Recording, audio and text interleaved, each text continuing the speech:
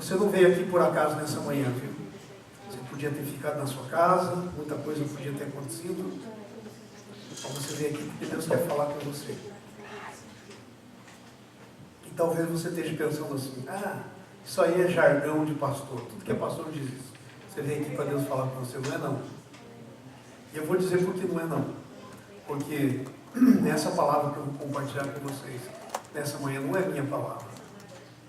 Eu conheço o texto que nós vamos ler e já preguei dezenas e dezenas de vezes dele. Nunca isso que eu vou meditar com vocês nessa manhã. Porque isso é um negócio do trono de Deus para a tua vida. Então põe a sua mão assim na sua cabeça. Põe a mão assim. Lay hands in yourself. Faça assim. Diga assim: Senhor Jesus, a minha mente é lugar de batalha. Lugar de batalha das ideias. Senhor, é lugar de batalha, Senhor, de sentimentos que começam na minha mente.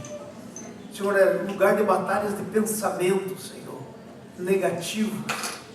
Agora, Pai, no nome de Jesus, eu declaro que a minha mente está limpa pelo sangue de Jesus, preparada para ouvir Tua palavra. Põe a mão no coração, e o meu coração é um bom solo. E a Tua palavra nessa manhã vai produzir 100 por 1. Cada semente vai produzir 100 para a glória do Teu nome. Amém e amém. Abra as Bíblias em João, capítulo 5, versículo do 1 até o 18.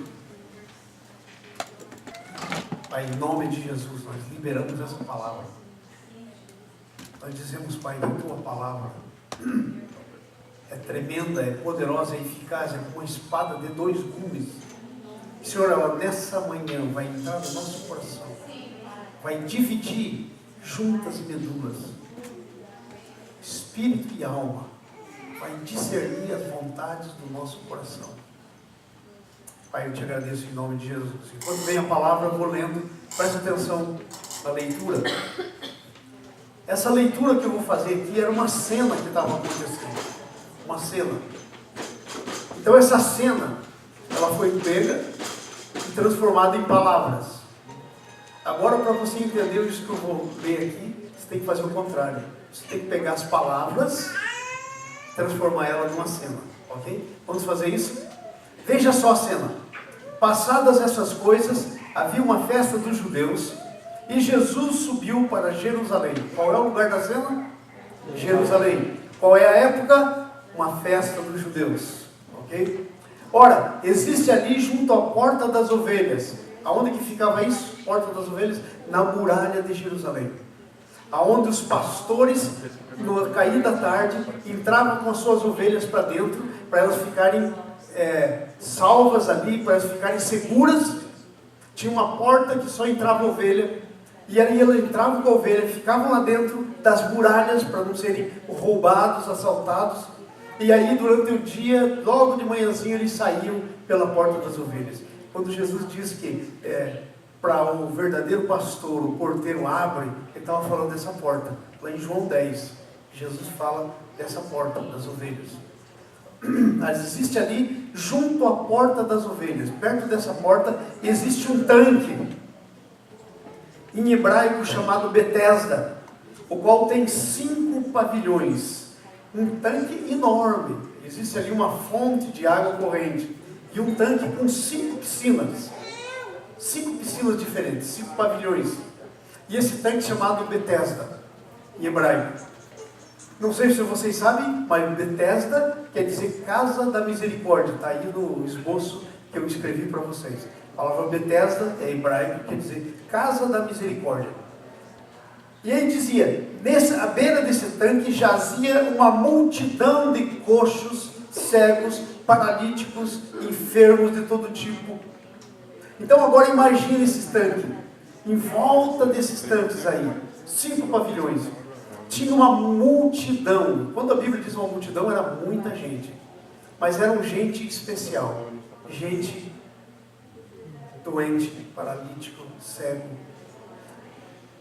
E essa multidão que estava aí, eles ficavam aí direto. Então você imagina essa multidão lá, ficando ali meio morador. Eles levavam a cama para ali. Você vai ver para frente que Jesus diz: levanta, toma o teu leite e anda. Ele estava com a cama naquele lugar. Ok? Agora veja só. Esperando que se movesse a água, porquanto um anjo descia em certo tempo, agitando-a. E o primeiro que entrava no tanque, uma vez agitada a água, sarava de qualquer doença que tivesse. Não interessa. Se era cego, era curado. Era aleijado, podia ser o pior aleijadura possível, você era curado. Não interessa. De qualquer doença que tivesse. Esse tanque era um lugar poderoso. Ok? Já estamos melhorando, já, pelo menos estamos em espanhol. Não, agora estamos em português. Aí sim. Agora vamos olhar aí na tela. Achava-se ali um homem que havia 38 anos estava enfermo. Ele estava doente há 38 anos. Não diz que ele vivia ali há 38 anos, mas esse lugar era um lugar muito antigo e as pessoas estavam ali há muito tempo. Tinha gente que realmente a casa deles, a morada deles era naquele lugar. Eles tinham mudado para a beira daquele tanque. Eles viviam ali na beira daquele tanque, literalmente. E esse homem doente há 38 anos estava ali perto do poço, do tanque. Vamos para frente? Jesus, vendo-o deitado e sabendo que estava assim há muito tempo, perguntou para ele: queres ficar são? Agora presta atenção na cena, aquela multidão toda ali. Aí chega um homem vestido assim, com uma veste diferente, era Jesus, uma túnica sem emendas, bonita. Ele chega e vê aqueles doentes todos, e se dirige a um em especial e pergunta para ele: queres ficar são? Brincadeira, né? Quanto tempo ele estava ali para justamente ficar são? Esse era o negócio dele. Ele estava ali por isso, estava na cara que ele queria ficar são. Claro, era isso. Mas Jesus pergunta para ele: queres ficar são? Repita comigo a pergunta: queres ficar são? Agora vamos ler a resposta. Vai lá, próximo versículo. Respondendo-lhe o enfermo: Senhor, não tenho ninguém que ao ser agitada a água me coloque no tanque. Assim, quando eu vou, desce outro antes de mim. Ele respondeu a pergunta de Jesus? Não. Jesus não perguntou isso para ele. Jesus perguntou se quer ficar são. Eu podia ter dito sim, claro, eu estou aqui para isso. Mas ele disse: eu não posso ficar são. Eu quero, mas não posso. Porque o negócio aqui é o seguinte: quando a água é agitada, vem o anjo e agita a água, o que acontece? Eu vou descer, mas qual era o problema dele? Paralítico. Então paralítico não é rápido. Cego pode ouvir o barulho e se mandar e saltar lá dentro, mas paralítico não. Ele tem que ir se arrastando. E ele era uma paralisia que ele tinha que ficar deitado. Então ele tinha que literalmente se arrastar para dentro do tanque. Ele disse: enquanto eu vou me arrastando, e aí às vezes eu chego até meio perto, mas outro já desceu, e aí eu não posso ser curado. Porque eu quero, mas eu não posso. Ok? Jesus não perguntou isso para ele. Vamos para frente. Disse Jesus: levanta-te, toma o teu leito e anda. Ele era um morador do lugar, tinha até cama lá. Toma o teu leito e anda. Vamos para frente? Imediatamente o homem ficou são, e tomando o seu leito, começou a andar. Ora, aquele dia era sábado. Então agora você imagina essa ideia: toma o teu leito e ande. Volta um pouquinho, o próximo versículo anterior. Volta ele. Presta atenção nesse versículo, que coisa interessante. Disse Jesus: levanta-te, toma o teu leito e anda. Ai. Se você está ali, você é um aleijado há tantos anos, você sabe que você não pode levantar. Agora vem aí alguém que você não conhece, porque ele não conhecia Jesus, e alguém ilustre, desconhecido, chega para você Vamos supor que se fosse você ali naquele lugar, que diz para você assim, levanta. Você diz assim, quer ser curado? Você diz, eu quero, mas não posso. Tá bom, levanta, toma o teu leite e anda. Qual era a coisa mais normal de acontecer? Era ele olhar para Jesus e dizer, mas como eu vou levantar? Eu sou paralítico, eu não posso levantar. Eu tenho que me arrastar. Ainda mais pegar o meu leito. Então, presta atenção. O que foi que aconteceu? Quando Jesus disse, levanta-te, ele tomou uma decisão de obedecer. E possivelmente ele começou a tentar se levantar. E claro que muitas vezes ele tinha tentado se levantar antes, obviamente, mas nunca tinha podido. Mas agora, com a palavra de Jesus, ele resolveu obedecer a palavra que ele ouviu.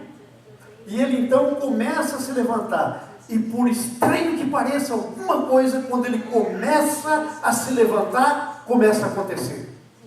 Agora, presta atenção nisso. Se ele não tivesse começado a se levantar, nada ia começar a acontecer e ele ficaria lá do jeito que estava. Sabe o que isso quer dizer? Fé. Pela primeira vez na vida dele, ele exercitou um negócio chamado fé. Porque até então, pela própria resposta dele, ele vivia nas suas próprias possibilidades. Eu não posso. Eu tento, mas não posso. Agora, ele se moveu da possibilidade dele para a possibilidade de Jesus. E isso é fé. É quando você sai das tuas possibilidades e você começa a se mover na palavra que Jesus te deu. Quando você começa a se mover na palavra que Jesus te deu, você começa a se mover nas possibilidades de Jesus. Isso é fé. Às vezes a gente dá muitos conceitos de fé, difícil de entender, mas fé é fácil. Fé é quando você tem uma palavra de Deus, você começar a se mover, não interessa se parece que vai dar certo, não interessa nada. Você começa a se mover. E aí a coisa começa a dar certo. Então, ele começou a se mover e ficou são, e tomou leito e começou a andar. E aquele dia era um dia de sábado. E estava um monte de gente por ali, além dos aleijados, cegos, que eram os religiosos. Por quê? Porque o dia do sábado é o dia dos religiosos. Ok? Vamos para frente. Próximo versículo. Pelo que disseram os judeus ao homem que foi curado: hoje é sábado, não te é lícito carregar o leito. Pega esse leito, volta lá onde você estava, estende o negócio lá, deita lá e fica lá, espera até amanhã. Você não pode sair daí hoje, não é lícito, não é legal, você não pode fazer isso. Vamos para frente. Aí ele respondeu para eles, eu diria assim, ele disse dessa maneira, mas é a mesma coisa, eu diria com essas minhas palavras: olha, se é legal eu não sei, mas o camarada que me curou disse, pega teu leito, foi embarcado, vai embora. E o leito era um tipo de uma esteira, um mat, né? Aí ele enrolou, pegou e foi andando. Eu não sei se é lícito ou não, mas uma coisa eu sei, quem me curou disse, toma e vai. Como eu não sou bobo nem nada, eu estou indo, vou ficar aí.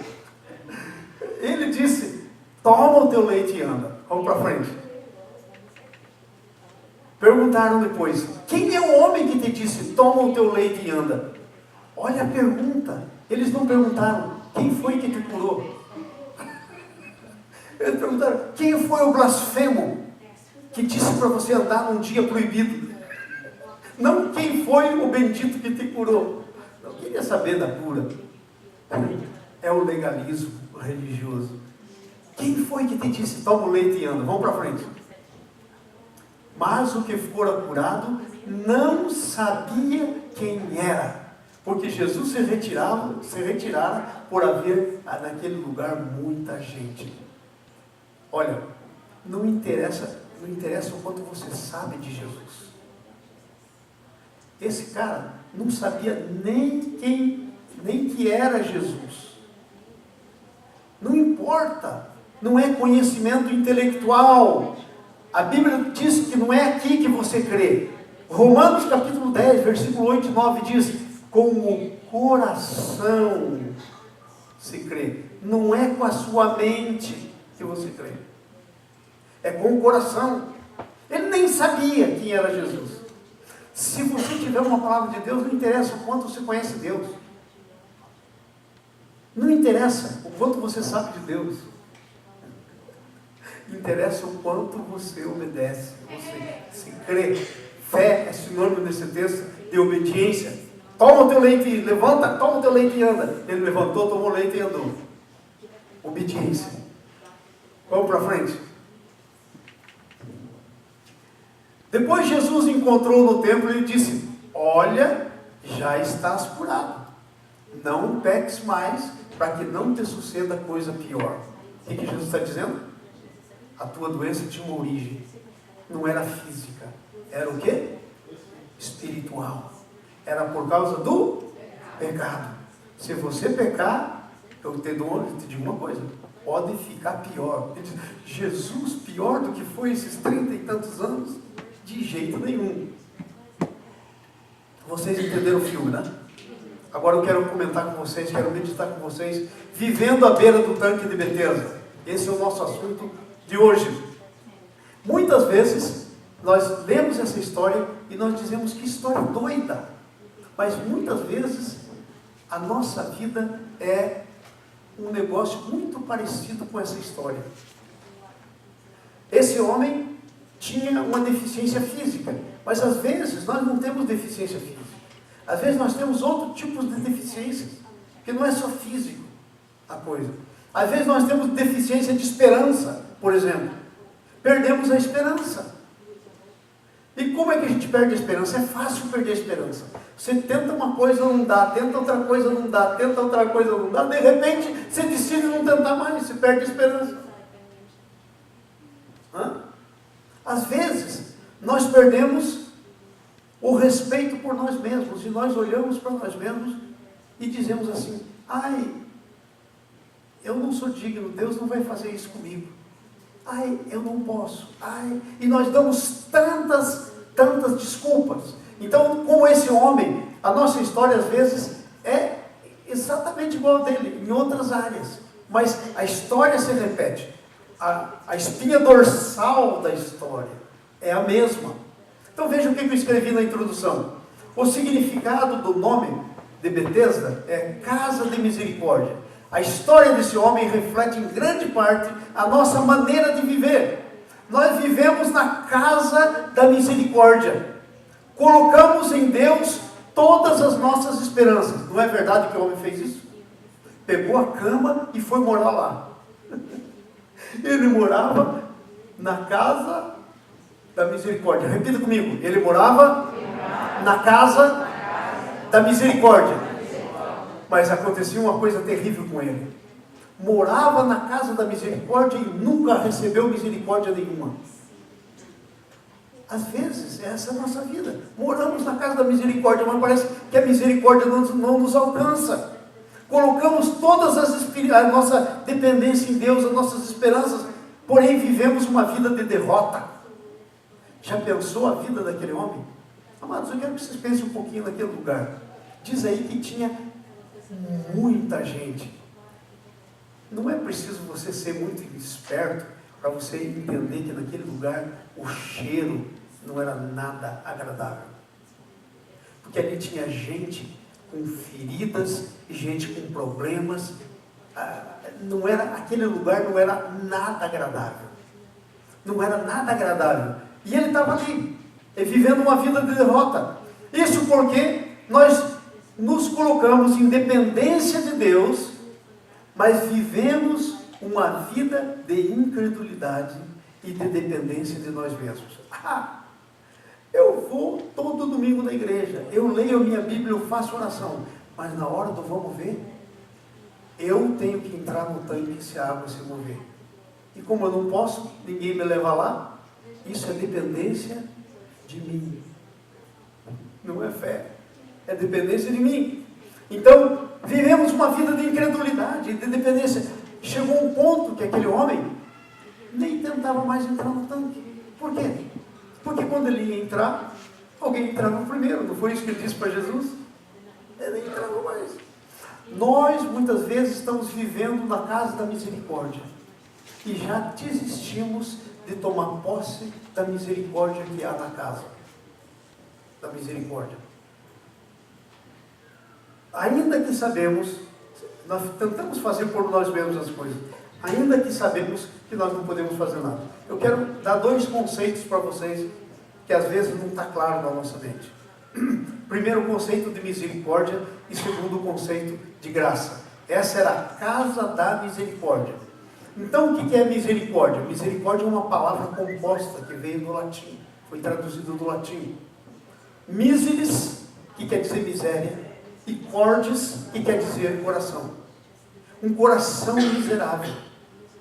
Então, misericórdia é mais ou menos assim.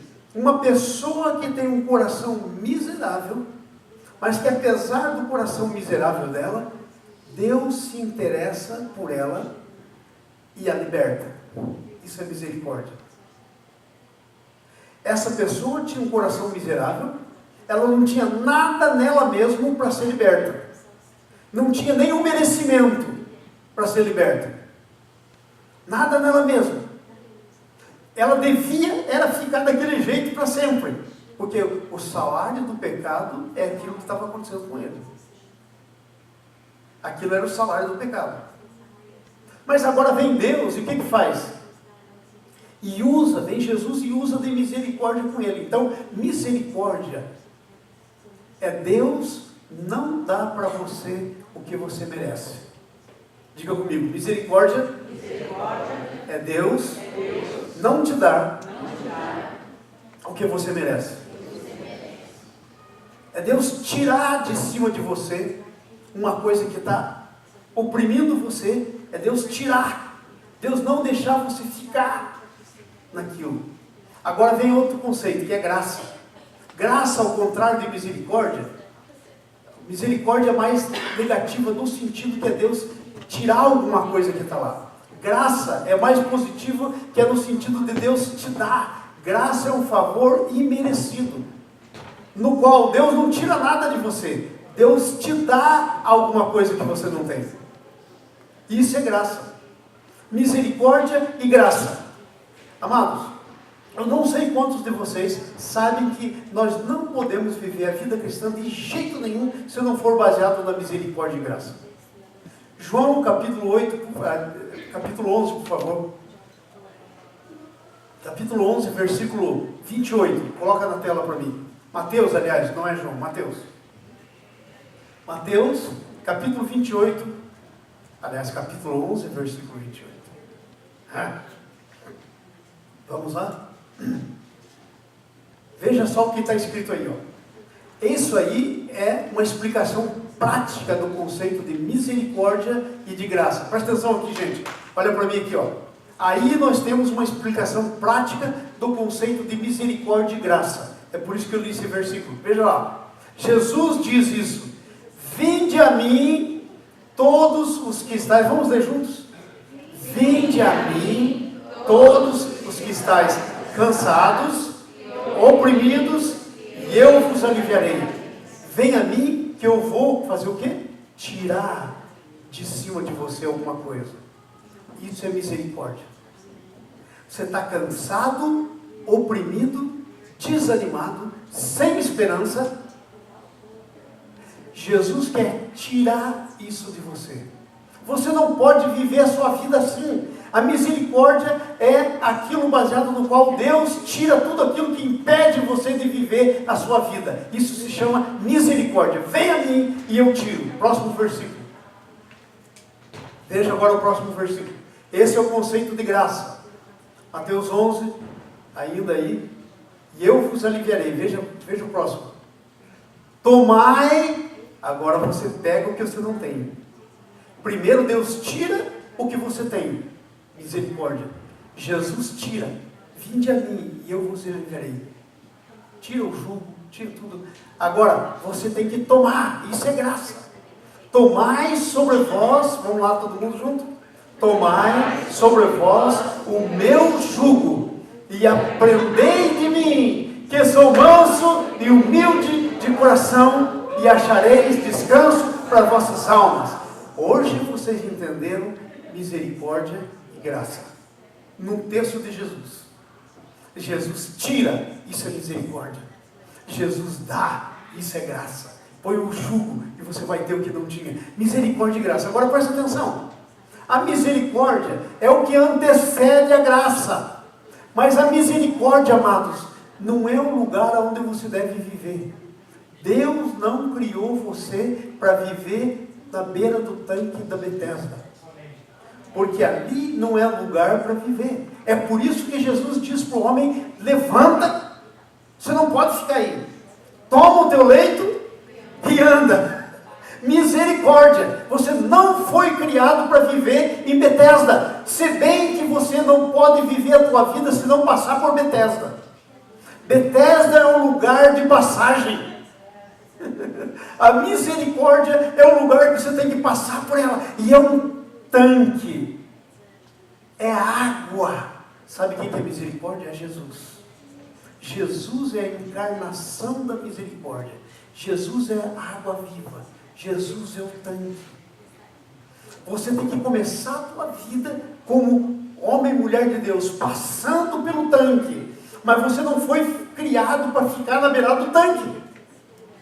Porque tem toda uma vida para viver. Você tem que tomar o seu leito e andar. Betesda não é um lugar que Deus fez para você ficar. É um lugar de passagem. Mas sabe qual que é o problema? Todos nós estamos assim. Chegamos na beira do tanque e acampamos ali. Levamos até a nossa cama. E ficamos ali assim: ai, Jesus, tem misericórdia de mim.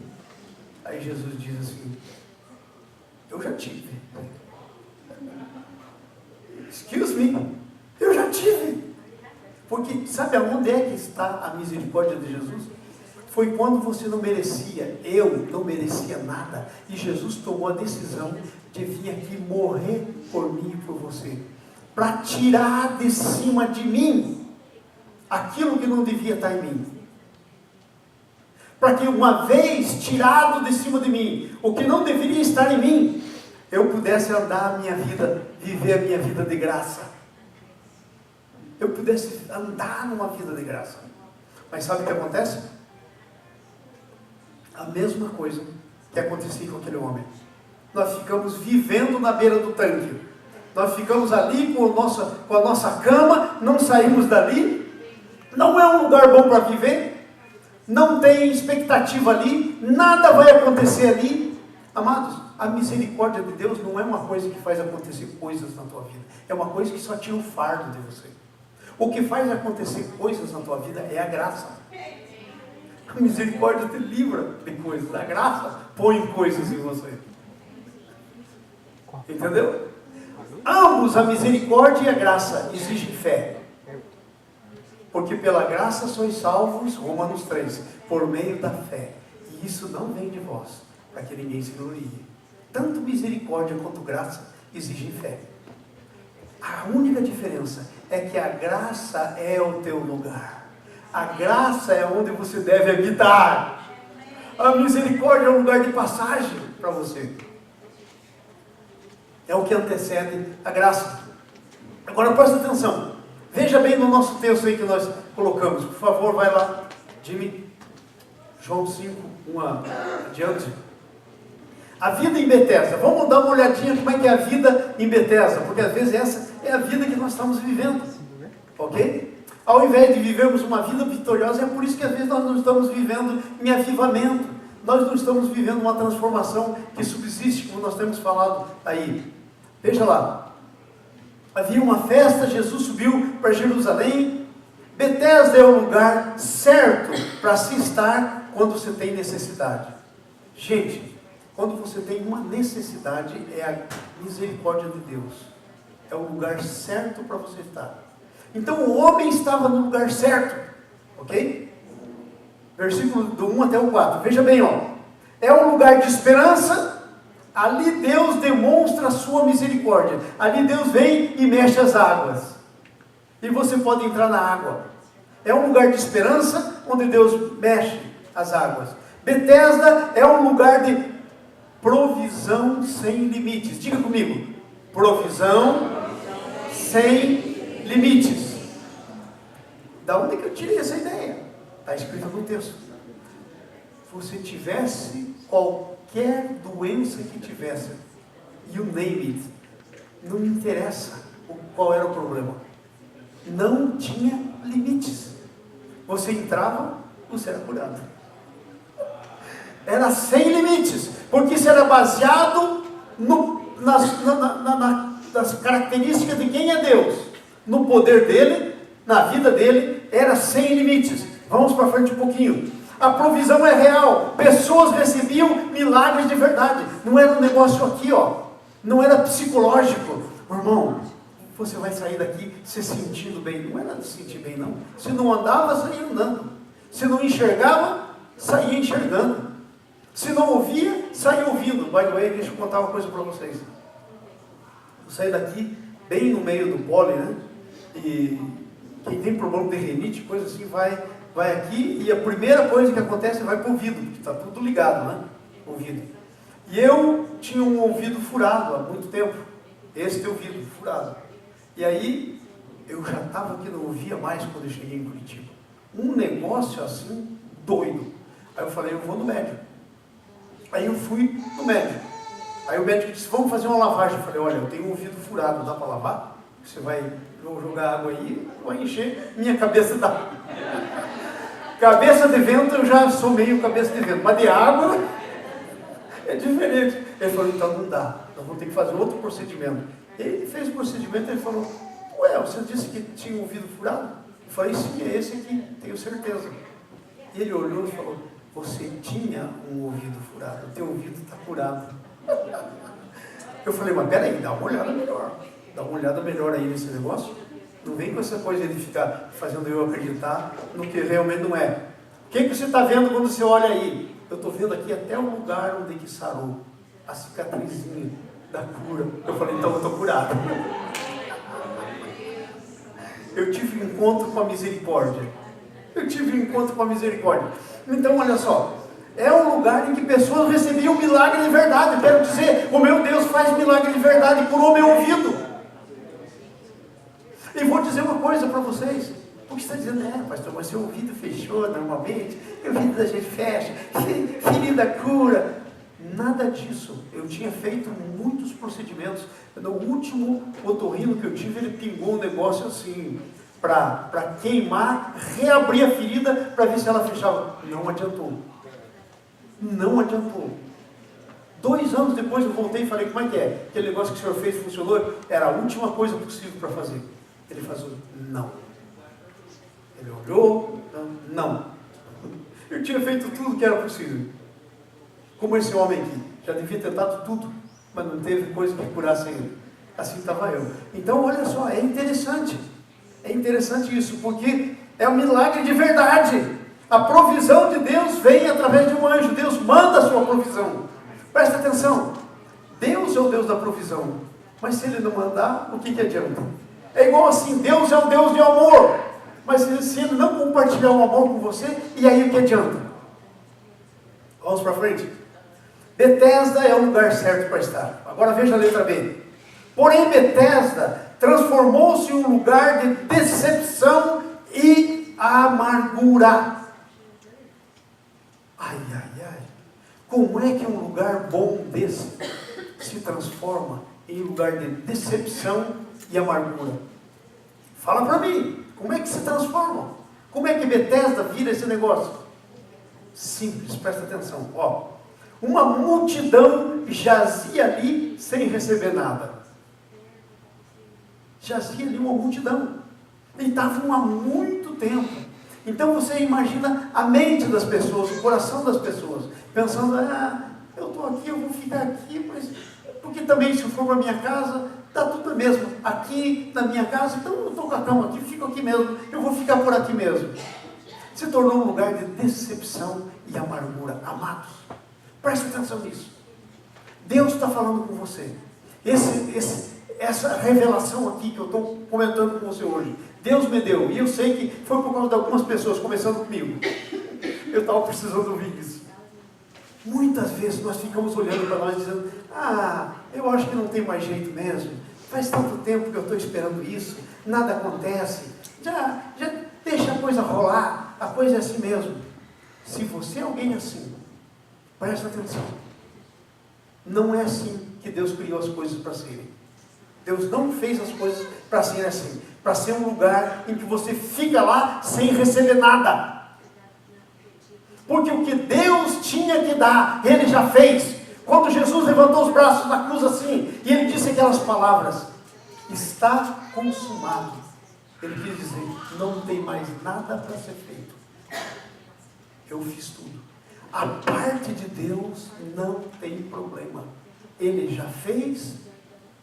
E aí tem gente que diz assim, eu acho que Deus não me ama. Mas como que Deus não te ama? Que negócio é esse? Vamos dizer que eu sou um tremendo pecador aqui, sou mesmo um tremendo pecador. E aí você tem um único filho. E para mim deixar de ser pecador, ok. E para mim deixar de ser pecador, seu filho teria que morrer.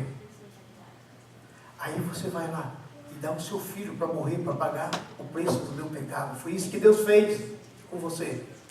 E aí eu continuo aqui, eu acho que Deus não me ama. Eu acho que Deus não me ama. Excuse me. Como Deus não te ama? Se pagou o preço que pagou. Então qual é o problema? O problema não está em Deus. Claro que só tem um outro lugar que o problema pode estar. Em mim. Na visão que eu tenho de mim mesmo. No tipo de comportamento que eu tenho face às coisas de Deus. Qual é o meu comportamento? É aí que está o problema. Então veja só, ali jazia um monte de gente sem receber nada. Uma multidão de desesperançados e desmotivados, versículo 7. Que já tinha uma filosofia na cabeça. Sabe qual que é a filosofia? Eu vou ficar aqui, mas não tem jeito. Porque só tem jeito para um. O primeiro que descer lá, sabe no que isso, sabe aonde que estava baseada essa filosofia do primeiro que descer? Nas obras. Quem puder, toma posse. Era tomado posse pelo esforço da pessoa. Se você podia, recebia. Se não podia, ficava sem. Não tinha nada a ver com fé. Eles transformaram um lugar que deveria ser um lugar do exercício da fé. Porque a única maneira que existe para a gente tomar posse da misericórdia de Deus, tirar todo o fardo de cima de nós, toda a desgraça familiar, toda a desgraça que o diabo pôs, que as pessoas puseram, que o chefe fizeram, você dá o nome que você quiser. A única maneira de se livrar disso é através de uma coisa chamada fé. Mas sabe o que eles fizeram? Eles transformaram Betesda num lugar de incredulidade. Eles transformaram a graça de Deus numa impossibilidade por causa da incredulidade deles. Algo que já estava dada, a água estava correndo ali.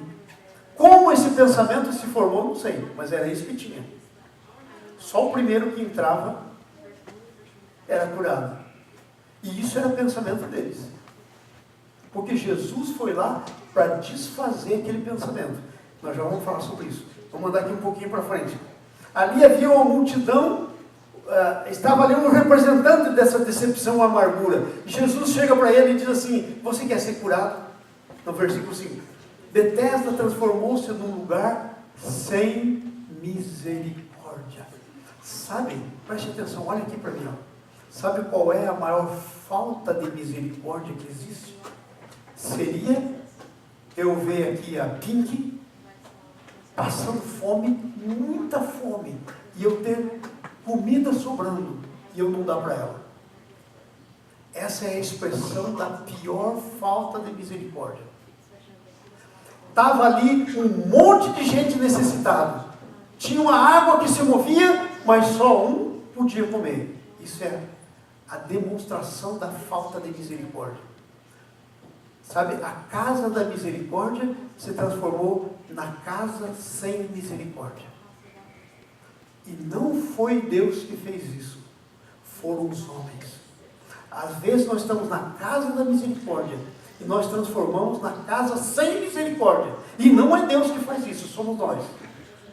E pior, nós fazemos isso conosco mesmos. Aquele povo que estava lá, estava fazendo isso com eles mesmos, sem misericórdia. Vamos aí? Vamos andando para o fim? Jesus demonstra qual é o problema em Betesda. Aí Jesus diz assim, já que você, Jesus, não foi a primeira vez que Jesus esteve naquele lugar. Jesus ia sempre em Jerusalém. Ele conhecia aquele lugar. Não era a primeira vez. Aí um dia, Jesus entra numa... Não pode ser. A coisa não pode ficar assim. Eu quero mostrar para eles que é diferente.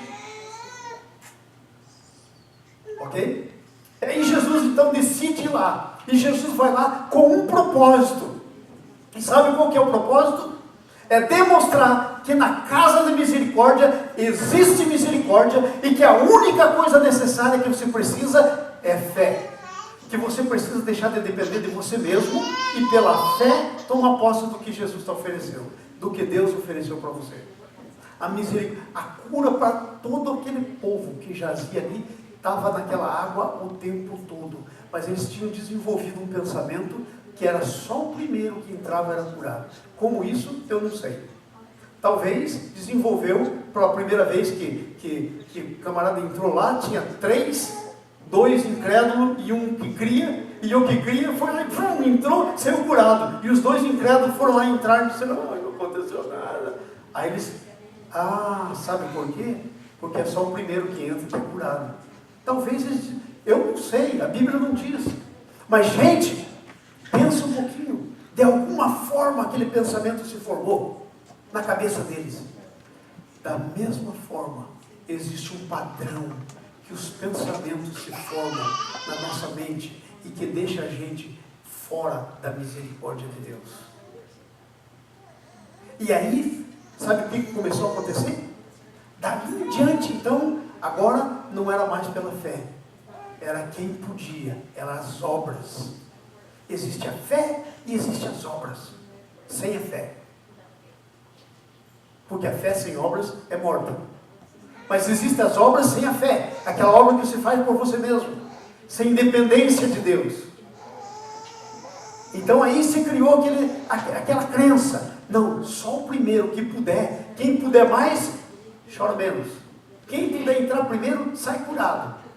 O resto que entrar, e aí aquilo se acampou na mente de gente que não foi que criou aquele pensamento. Presta atenção, isso é de Deus para você. Tem muito pensamento na sua cabeça hoje que se acampou. Deus está falando com vocês. Isso é Deus falando com vocês. Não tem nada a ver com isso. Estou aqui falando a palavra. Isso aqui estava fora da minha... Nunca tinha pensado nisso. Muito pensamento na sua mente, alojado lá, fazendo você reagir às coisas que não veio nem de você mesmo. Pensamento de incredulidade veio de fora de você. Veio porque outros incrédulos chegaram perto de você e disseram, olha, aqui nesse negócio é só o primeiro, é só quem puder mais. Mas será que Deus não vai ter misericórdia de mim? Não, eu sou paralítico, eu não vou conseguir. Danou, meu irmão, danou, é só o primeiro, é só quem puder. E aí aquele pensamento se aloja nas nossas mentes, aqui e a gente começa a andar guiado por esses pensamentos que nem eram nossos. A gente assume pensamentos incrédulos que nem nossos são. E a gente assume como sendo verdade. Eu estou nessa situação, mas sabe uma coisa? Para mim não tem mais jeito. Quem disse que não tem mais jeito? Você está limitando o teu Deus.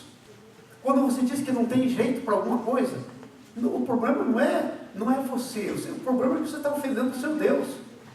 O nome dele é Todo-Poderoso, God Almighty, o Todo-Poderoso. E você está reduzindo. Essa é a tendência. A incredulidade reduz Deus do nosso tamanho. Reduz Deus do nosso tamanho. É isso que a incredulidade faz. É isso que tinha acontecido em Betesda. A cura sempre esteve ali. Aí Jesus pensa assim, eu tenho que mudar essa situação. E aí Jesus vai lá para lá. Aí Jesus diz, eu vou mudar essa situação. eu vou mostrar para eles que o negócio é pela fé, não é pelo quanto você pode. Aí ele chega para um homem e diz assim, e ele vê assim, é uma palavra de conhecimento, é um dom. Jesus não fez isso como Deus. Olha aqui para mim, gente. Jesus não curou aquele homem como Deus, porque se ele curou aquele homem como Deus, ele não serve de exemplo para mim nem para você, porque nós não somos Deus. Ele curou aquele homem enquanto Jesus o homem.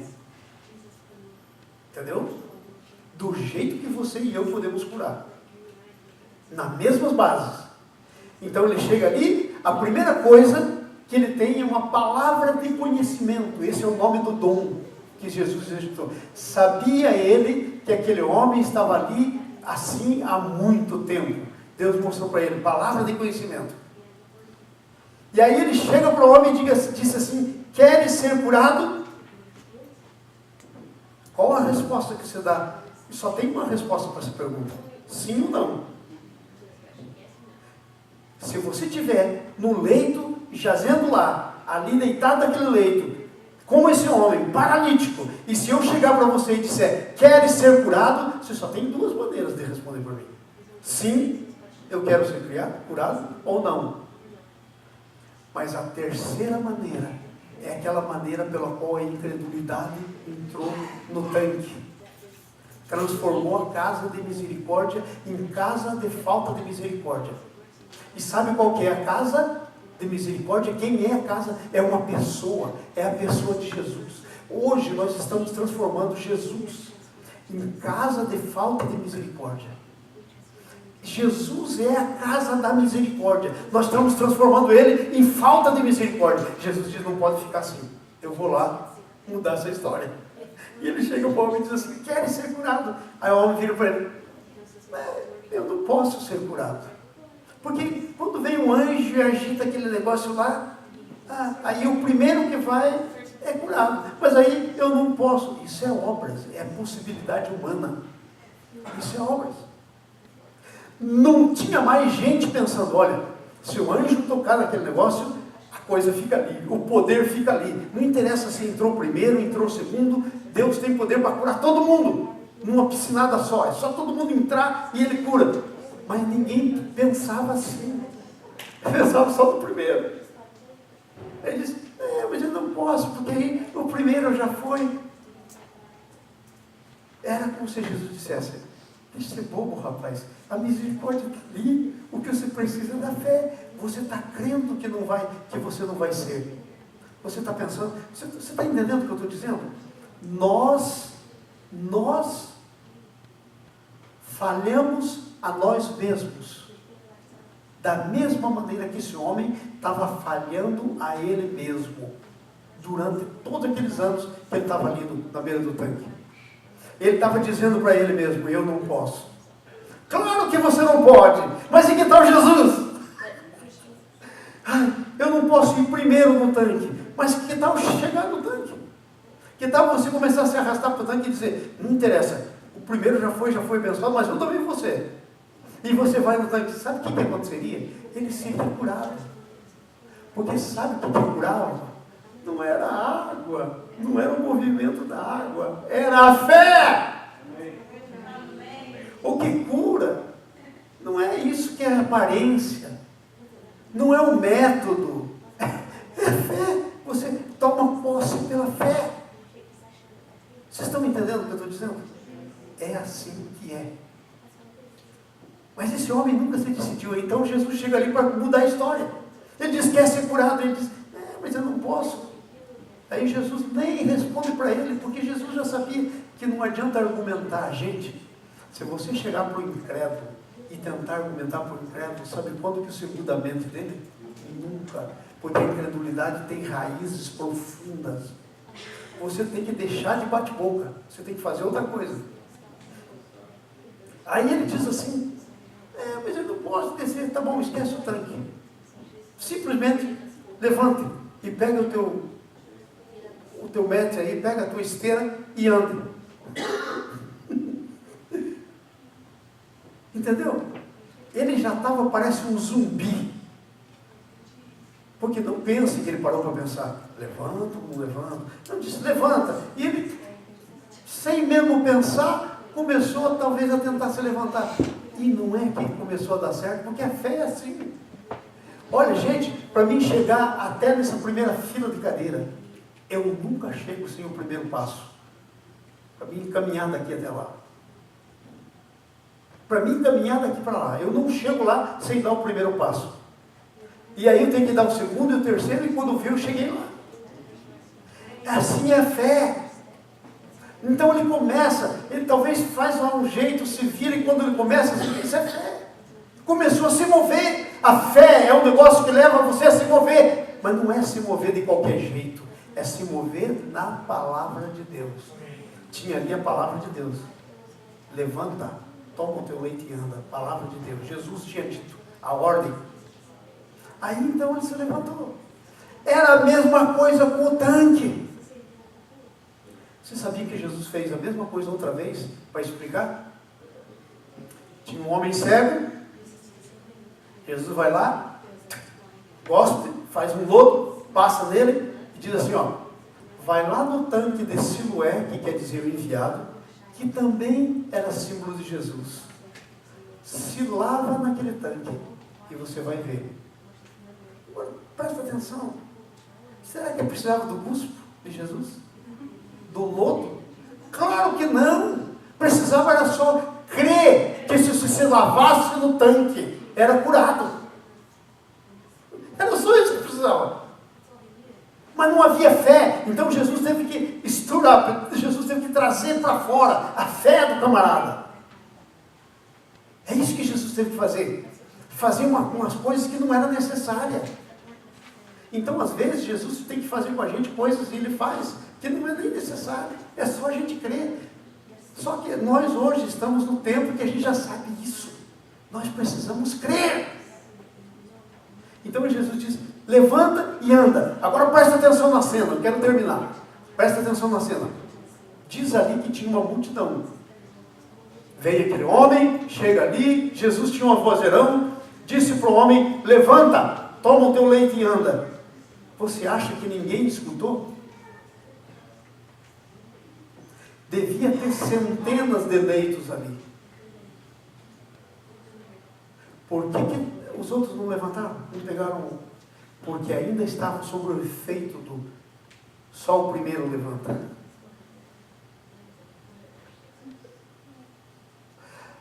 A ordem de Jesus funciona para todo mundo que obedecer, que tiver fé. O poder de Deus está disponível para todo mundo que estiver disposto a tomar posse dele. Nós temos que parar de viver nas bordas do tanque de Siloé, nas bordas do tanque de Betesda. A gente tem que se lavar no tanque, porque aquele lugar não é um lugar feito para você e eu viver. É um lugar de passagem, porque nós temos, pega, levanta e anda. Você vai na misericórdia de Deus, porque se você não for, o fardo de você continua sobre você, e você vai assim, e a vida vai, você tem que deixar o fardo. E é a misericórdia que tira o fardo de cima de você, mas você foi feito para a graça. Você foi feito para tomar o jugo de Jesus. Aí você pega o jugo de Jesus e sai andando com Jesus. E o jugo de Jesus é suave, é leve. E você sai andando com o jugo de Jesus. E no jugo de Jesus tem tudo que tem de Jesus, porque está ligado com ele. É isso que Jesus disse. É como quando você põe o jugo de Jesus, é como Jesus disse da videira e dos ramos. É como você ser enxertado no tronco da videira em Jesus. A mesma vida que passa para tudo o resto, passa em você. As mesmas características de vida. Tremendo isso. Tremendo. Então agora presta atenção. Vamos terminando aí. Olha só. O tanque é a resposta de Deus, da misericórdia de Deus para eles. Qual que era o problema? Não tomar posse da resposta. Gente, por favor, não acuse Deus dos teus problemas. Deus não tem nada a ver com isso. Ele já morreu. Ele disse, Jesus disse assim, está consumado. Não tem mais nada para ser feito. Agora vem a nossa parte, a fé. Então não diga. O que você está assim? Fala comigo, Jesus. Eu vivo fazendo isso. Fala com os irmãos também, Senhor. Então o tanque é a resposta. O problema é como tomar posse da misericórdia. Querem ser curados? Às vezes, eu quero sim, mas eu não posso. Peraí. Quer, mas não pode? Quando eu quero, mas não posso, aonde está o impedimento? Na minha capacidade. Então, a fé é algo que tira você da tua capacidade e põe você para operar na capacidade de Jesus. Isso é fé. Porque, sabe, tem gente confundindo fé. A pessoa que pensa que fé é uma operação da sua capacidade, sabe qual é a definição dessa fé? Pensamento positivo. Tem muita gente confundindo fé com pensamento positivo. Quando você fica com a tua fé como sendo pensamento positivo, você fica dependendo de você mesmo. A verdadeira fé tira você de você e põe você em Jesus. Tira você das tuas possibilidades e põe você nas possibilidades de Jesus. É isso que a genuína fé faz. Vamos aqui para frente para terminar. O problema é tomar posse, queres? Como esse conceito de que só o primeiro Sara foi desenvolvido? Como é que é o conceito de que aquilo que você necessita, que Jesus já morreu por ele para te dar, já está à tua disposição, mas você está crendo que não pode pegar? Como é que foi desenvolvido isso? É uma pergunta séria. Que nós estamos falando da sua vida abundante. Você não vai poder ter vida abundante, porque vida abundante tem você no meio de um monte de gente na beira do tanque que não sai de lá. Como é que foi desenvolvido esse conceito? Eu quero dizer uma coisa só sobre esse conceito. Ele não veio de Deus.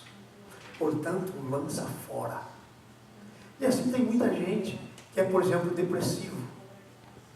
Ai, eu tenho essa depressão. Peraí.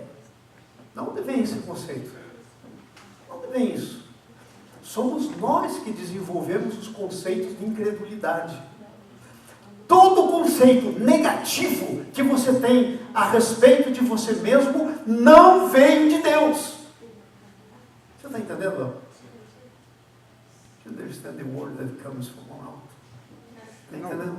A palavra que está vindo da minha boca, está entendendo? Todo conceito não vem de Deus. Conceito negativo sobre você mesmo. Porque se Deus tivesse um conceito negativo sobre você, meu irmão, você nem aqui estava mais. Você está entendendo o que eu estou dizendo? Nem aqui estava mais. A gente tem que parar com os conceitos negativos que a gente tem da gente mesmo. A gente tem que olhar para a gente com os olhos que Deus olha para mim. Quando Deus olhou para você, Ele viu coisas tremendas. Mas eu não sei se Deus tem coisa tremenda para mim. Eu vou dizer uma coisa para mim. Irmãos, preste atenção nisso. Eu vou falar de mim para não falar de vocês, porque falar dos outros é pecado, mas de mim mesmo não é. Presta atenção. Deus me chacoalhou nessa ida do Brasil. E Deus diz, para com isso, com a tua incredulidade. Sabe por quê? Porque eu estava pensando assim, ai Senhor, eu cheguei agora nos 60, e tem aqueles planos que eu tenho lá para a África, para as coisas lá, que Deus falou comigo, de países, mas eu acho que não vai acontecer. Eu acho que eu vou cuidar lá daquela igrejinha lá, e tal, acho que eu vou sair aí na colheita, pregando por aí. Eu disse assim, que negócio é esse? E o teu destino? E o teu destino? Você vai matar? Existe uma coisa chamada incredulidade. Incredulidade mata destino. Deus trouxe você nessa terra com um propósito. E eu não estou fazendo você pensar positivamente. Tem nada a ver. Tem a ver com o propósito de Deus. Qual é o propósito de Deus para a tua vida? Deus não criou você para ficar na tua cama do lado do poço de Betesda. Não criou você. Esse não é o propósito de Deus para a tua vida. Deus criou você para que a glória dele seja vista na sua vida. Ai, tem misericórdia, Jesus. Põe para mim o texto lá, porque é capaz do povo não acreditar. Porque esse texto é complicado para acreditar. A nossa mente está preparada para não crer. O nosso baixo conceito. Põe o texto para mim lá. Vai lá em João. É só um pouquinho. Já te dou. João capítulo 14, versículo 11 em diante. Vamos começar no 10. E esse é o nosso encerramento. Vamos lá. João capítulo 14 do... 14? 14 do 10 em diante. Vamos lá. Presta atenção. Saia daqui com essa palavra. Não fui eu que escrevi essa palavra. Excuse me. Não acredite em mim. Não tem nada a ver comigo essa palavra. Vamos lá. Vai lá, Jimmy. 14 aqui. O povo está ansioso pela palavra, Jimmy.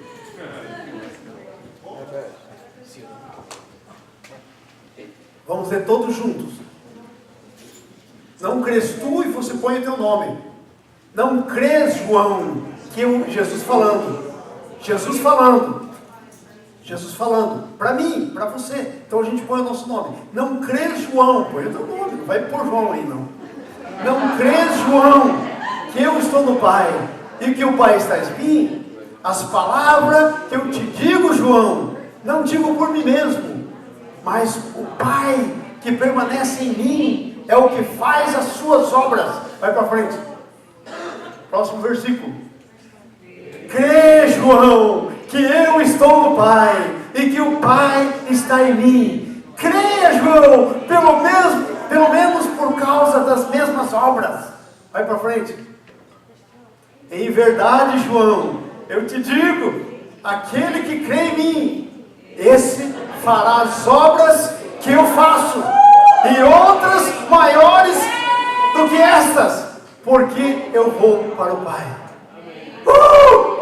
Aleluia! Você está entendendo o negócio? Tira as tuas limitações, tira as cadeias, desamarra do teu pé, tira fora da tua mente essas coisas que entraram aí, esses pensamentos desenvolvidos na beira do tanque do Siloé, que é só o primeiro que entra. Não, pastor João tem destino, mas não. O que é isso? Deus não tem cristão de segunda classe. Os cristãos ficam ainda, não, eu acho que eu não posso ficar aqui desse lado, eu vou ficar aqui na área da segunda classe, cristão de segunda classe. Deus não tem filho de segunda classe. Deus não tem cristão de segunda classe. Estão entendendo? Sai desse negócio. É sério isso. Levanta a tua mão direita. Diga assim: eu fui destinado a fazer obras maiores do que as que Jesus fez. E isso é uma ordem. Jesus não está pedindo para você, Ele te mandou. Ele disse: e outras maiores fareis. É mandamento. Agora, terminamos lendo 3 coisinhas, 4 coisinhas. Só para terminar. Se você entrar nessa, você vai incomodar muita gente. Veja aí, ó. Item 3. O que acontece quando tomamos posse da misericórdia? A misericórdia não é religiosa. Você vai sair andando com a sua caminha e vou dizer: ei, hoje não é dia de andar com a cama. Quem me curou disse, toma leite e anda, e continua andando. Porque a misericórdia não é religiosa. Não é uma religião. Segunda coisa, a misericórdia aflige os religiosos, porque eles não têm experiência com Deus. Porque eles não conhecem a Deus. Não tomam posse, eles ficam aflitos. Já viu quando você está perto de uma pessoa que está fazendo tudo que é tipo de besteira e você faz uma coisa certa? A pessoa se sente incomodada, acusada. Terceira coisa, a misericórdia é respaldada pelo poder de Deus. Não precisa você querer ficar fazendo. Creia. A misericórdia requer santificação. Como é que é o versículo? Vai e não peques mais. Diga comigo. Todo mundo. Vamos lá de novo. Outra vez. Vai e não peques mais. Outra vez. Vai e não peques mais. Pecado, um dos pecados é não tomar posse da misericórdia de Deus. Não deixa de viver na beira do tanque de Siloé. Vamos lá de novo? Vai e não peques mais. Para de pensar que você é quem o diabo está dizendo, que você é quem Jesus disse que você é. Em nome de Jesus. Amém.